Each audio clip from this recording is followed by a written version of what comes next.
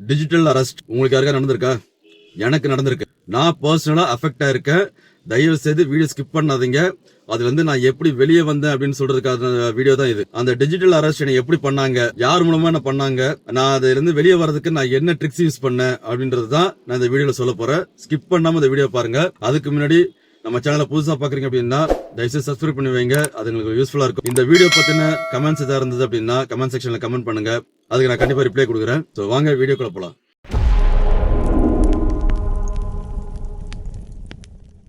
Scam பண்றவங்க நிறைய பேர் புதுசு புதுசா கான்செப்ட் கண்டுபிடிக்கிறானுங்க. எப்படியாவது நம்ம வந்து பணத்தை எடுக்கிறதுக்கு என்னென்ன வழி இருக்கோ எல்லா வழியும் யூஸ் பண்றாங்க. நம்ம ஒரு விஷயம் தெரிஞ்சிச்சு வெளியே இந்த மாதிரி மூலமா தான். ஃபார் எக்ஸாம்பிள் அந்த கால் பண்ணி ஓடிபி வந்திருக்கு சார், அந்த ஓடிபி கொடுங்க சார் சொல்லிட்டு அதுல பணத்தை எடுத்துருந்தாங்க பாத்தீங்களா.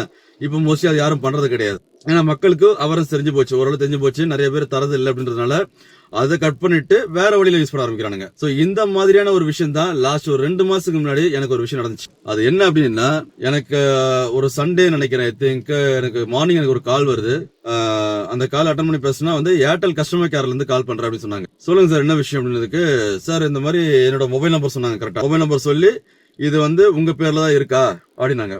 ஆமா சார் அப்படின்னு. சோ அவங்கள்ட்ட ஆமா சார் இது என்னோட நம்பர் தான், என்னாச்சு அப்படின்னு கேட்டதுக்கு அவங்க சொன்னாங்க, சார் இல்ல இது மாதிரி இந்த நம்பரோட அண்டர்ல மும்பைல இன்னொரு நம்பர் எடுத்திருக்காங்க. அந்த நம்பரை இலீகல் ஆக்டிவிட்டிஸ்க்கு யூஸ் பண்ணிட்டு இருக்கதா எங்களுக்கு கிரைம் பிரான்ச்ல இருந்து கம்ப்ளைண்ட் வந்திருக்கு அப்படின்னாங்க. எனக்கு ஒன்னே புரியல, என்னடா இது இலீகல் ஆக்டிவிட்டிஸ் யூஸ் பண்றாங்களா என்னோட நம்பரை, யாரு என்னது கேட்டதுக்கு, இல்ல சார் லாஸ்ட் ஒரு 6 மாசம் முன்னாடி உங்களுடைய ஐடி ப்ரூஃபை நீங்க யாருக்கா ஷேர் பண்ணிருக்கீங்களா, அதாவது like Aadhaar, PAN, driving license இந்த மாதிரி ஏதாவது விஷயம் நீங்க ஷேர் பண்ணிருக்கீங்களா கேட்டாங்க. நான் பேசிக்கா இந்த ட்ரேடிங் சம்பந்தமா நான் சில சாஃப்ட்வேர்ஸ் நான் வாங்குவேன், பர்ச்சேஸ் பண்ணுவேன். அப்போ அதை ஆக்டிவேட் பண்றதுக்கு என்னோட ஆதார் கார்டு அங்கே மேண்டட்டரிங் கேட்பாங்க.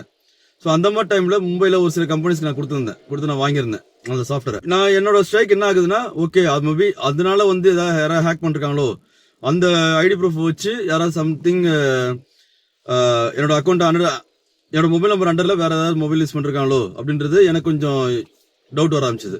ஸோ அந்த கஸ்டமர் கேர்ல நான் சொல்றேன், சார் நான் அனுப்பியிருக்கேன், ஆனா நான் அனுப்பின கம்பெனிஸ் எல்லாமே ட்ரஸ்டபிள் கம்பெனி, அவங்க அந்த மாதிரி பண்றதுக்கு வாய்ப்பு கிடையாது. பட் யார் பேர்ல இருக்கு அந்த சிம் கார்டு அப்படின்றதுக்கு, இல்ல சார் சிம் கார்டு உங்க பேர்ல தான் இருக்கு, உங்களோட இந்த நம்பரோட அண்டர்ல தான் எடுத்திருக்காங்க அப்படின்னாங்க. எனக்கு ஒண்ணுமே புரியல, சார் என்ன சார் பண்றது, இதை டீஆக்டிவேட் பண்ணுங்க தயவு செய்து, இதுக்கு ஏதாவது வழி சொல்லுங்க அப்படின்னு சொன்னதுக்கு அவங்க அடுத்த ஸ்டெப் எடுத்தது தான் எனக்கு கொஞ்சம் டவுட் வர ஆரம்பிச்சது. அவங்க என்ன சொன்னாங்கன்னா, சார் எங்களுடைய கிரைம் பிரான்ச்சுக்கு கனெக்ட் பண்றோம், டைரக்டா கனெக்ட் பண்றோம், நீங்க அவங்க கிட்ட கம்ப்ளைண்ட் கொடுங்க அப்படின்னாங்க. கஸ்டமர் கேர்ல இருந்து எப்படி அவங்க டைரக்டா கிரைம் பிரான்ச்சுக்கு கனெக்ட் பண்றாங்க அப்படின்றது எனக்கு கொஞ்சம் டவுட் அங்க லைட்டா ஸ்ட்ரைக் ஆரம்பிச்சது. சார் இல்ல சார், ஃபர்ஸ்ட் எதுக்கு டைரக்டா கிரைம் பிரான்ச் கனெக்ட் பண்றீங்க, முதல்ல என்னோட சிம் கார்டு எப்படி அங்க போய் என்னோட நேம்ல ஓடிபி எந்த இன்ஃபர்மேஷன் இல்லாம எப்படி முதல்ல ஏர்டெல் ஆக்டிவேட் பண்ணீங்க சிம் கார்டு, எனக்கு முதல்ல அதுக்கு கிளியரா பதில் சொல்லுங்க அப்படின்றதுக்கு அவங்க கிட்ட ப்ராப்பரான பதில் இல்ல. அவங்க ஒரே இதுக்கு என்ன சொல்றாங்க, சார் ப்ளீஸ் ஹோல்ட் பண்ணுங்க, நான் உங்களுக்கு கிரைம் பிரான்ச் கனெக்ட் பண்றேன். சோ அவங்கள்ட்ட என்ன சொன்னா, சார் நான் ஒன்று பண்றேன் சார், என் வீட்டு பக்கத்துல போலீஸ் ஸ்டேஷன் இருக்கு, நான் ஃபர்ஸ்ட் போலீஸ் ஸ்டேஷன் போறேன், நானே ஃபர்ஸ்ட் கம்ப்ளைண்ட் ரைஸ் பண்றேன் அப்படின்னு. உடனே அவங்க சொன்னாங்க, இல்ல சார் நீங்க அப்படி போய் கம்ப்ளைண்ட் பண்ண முடியாது, ஏன்னா இது டைரக்டா ஏர்டெலோட ஜியோ ஆபீஸ்க்கு வந்திருக்கு இந்த கம்ப்ளைண்ட், நாங்க தான் ஆக்ஷன் எடுக்கணும் அப்படின்னாங்க. சார் எதர் உங்களுக்கு போலீஸ்ல கம்ப்ளைண்ட் கொடுத்து என்னன்றது நான் ரெட்டிஃபை பண்ணணும், கரெக்டுங்களா? அப்படி இருக்கும்போது நான் பண்ற முதல்ல நீங்க ஏன் கம்ப்ளைண்ட் பண்ணணும், நீங்க உங்க சைடுல கம்ப்ளைண்ட் ரைஸ் பண்ணீங்க, இந்த அண்டர்ல இல்லீகல் ஆக்டிவிட்டிஸ் நடக்குதுன்னு சொல்லிட்டு நீங்க கம்ப்ளைண்ட் ரைஸ் பண்ணுங்க, நான் போய் அதுக்கான எக்ஸ்பிளனேஷன் தரேன் அப்படின்னு. அப்ப அவங்க கேட்டாங்க. உடனே எனக்கு நெக்ஸ்ட் கேள்வி கேட்கும் போது எனக்கு ஃபுல்லா கன்ஃபர்மேஷன் வந்துச்சு. நீங்க எங்க இருந்து பேசுறீங்க சார், எந்த ஊருன்னு சொல்லுங்க அப்படின்னாங்க. இது எல்லாமே இங்கிலீஷ் கான்வர்சேஷன் ஓடிட்டு இருக்குன்னு. அதாவது எங்க இருந்து பேசுறீங்களா, ஒரு ஏர்டெல் கஸ்டமர் கேர்ல இருந்து ஒரு கம்ப்ளைண்ட் இந்த மாதிரி இல்லீகல் ஆக்டிவிட்டிஸ் நடக்குதுன்னு சொல்லும் போது அவங்க கால் பண்ணும் போது என்னோட லைவ் லொகேஷன் அவன் ட்ராக் பண்ண தெரியாதா, நான் எங்க இருக்கேன்னு தெரியாதா? நான் என்ன பண்ண, சும்மா ஒரு இதுக்கு நான் ஆந்திரால இருக்கேன். சரி சார் ஆந்திரால இருக்கீங்க கரெக்ட், நான் ஆந்திரால தான், அந்த போலீஸுக்கு எடுக்க முடியாது, கம்ப்ளைண்ட் எடுக்க கூடாது சார், நாங்க தான் சார் கனெக்ட் பண்ணணும் அப்படின்னா. சரி ரைட்டு, இவன் எதுக்கோ விட்டு போடுறான், இவன் கஸ்டமர் கேர் கிடையாதுன்னு சொல்லிட்டு நான் அங்கேயே கிளவர் ஆயிட்டேன்.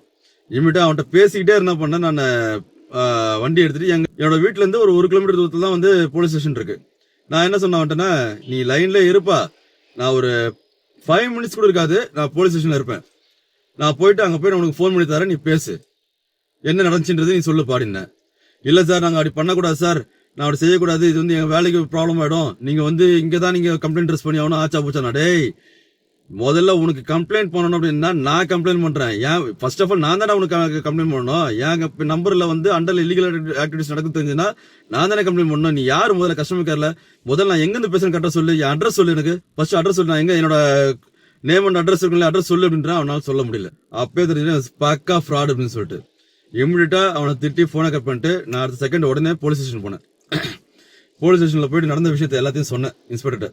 அவங்களும் எல்லாத்தையும் செக் பண்ணிட்டு, சார் நல்ல விஷயம் நீங்க பண்ணீங்க, நீங்க போனை கட் பண்ணிட்டு போயிருக்கீங்க.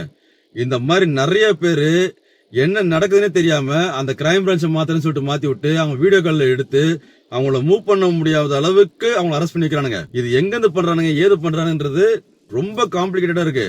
நாங்களும் அதுக்கு நிறைய ஸ்டெப்ஸ் எடுத்து தான் இருக்கோம் இதை பண்றது. ஆனா நீங்க கொஞ்சம் கிளவரா வந்து போனை கட் பண்றீங்க, நெக்ஸ்ட் டைம் இந்த போன் தான் எடுக்காதீங்க சார் அப்படின்னாங்க. அதுக்கப்புறம் அவன் எந்த நம்பர் வந்து கால் பண்ணா, எப்ப கால் பண்ணா, அந்த டீடைல்ஸ் எல்லாமே நான் ஒரு லெட்டர்ல எழுதி கொடுத்து அவங்ககிட்ட நான் கொடுத்துருவேன் ஸ்டேஷன்ல. சோ எதுக்காக இந்த வீடியோ நான் போடுறேன் அப்படின்னா, நெக்ஸ்ட் டைம் எனக்கு நடந்த மாதிரி உங்களுக்கும் நடக்கலாம், இல்ல நடந்திருக்கலாம், யாருக்கு தெரியும். அந்த மாதிரி விஷயம் வரும்போது பயப்படாதீங்க, பேனிக் ஆகாதீங்க, தைரியமா பேசுங்க.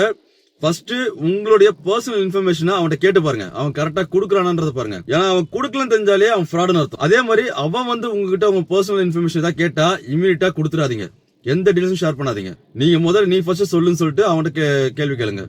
சோ இந்த வீடியோ உங்களுக்கு யூஸ்ஃபுல்லா இருக்கும்னு நினைக்கிறேன். இந்த வீடியோ உங்களுக்கு பிடிச்சிருந்ததுன்னா லைக் பண்ணுங்க, சப்ஸ்கிரைப் பண்ணுங்க. இந்த வீடியோ பத்தின கமெண்ட்ஸ் எதாவது இருந்ததுன்னா கமெண்ட் செக்ஷன்ல கமெண்ட் பண்ணுங்க, அது எங்களுக்கு கொஞ்சம் யூஸ்ஃபுல்லா இருக்கும். அடுத்த வீடியோவில் உங்களை சந்திக்கும் வரை உங்களிடமிருந்து விடைபெறுவது அற்புதராஜ். பாய்.